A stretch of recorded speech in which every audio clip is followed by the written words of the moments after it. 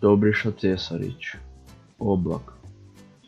U predvečerje, iznenada, ni od kog iz doline, iz dubine. U predvečerje, iznenada, ni od kog iz dubine gledan.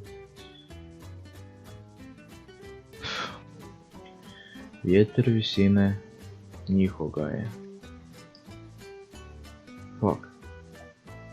Ga je njiho i on je stao da se žari, al oči sviju ljudi bjehu uprte u zemne stvari.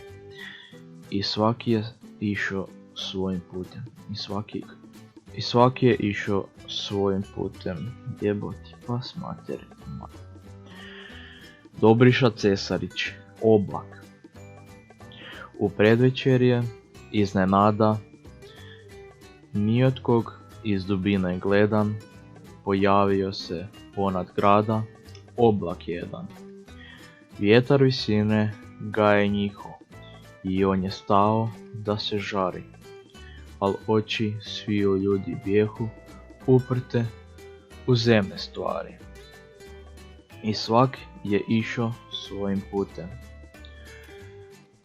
za vlašću, zlatom ili za hljebom, a on krvareći ljepotu svojim nebom.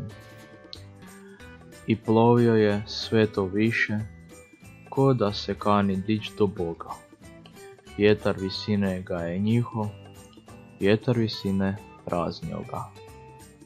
Vjetar visine raznio ga.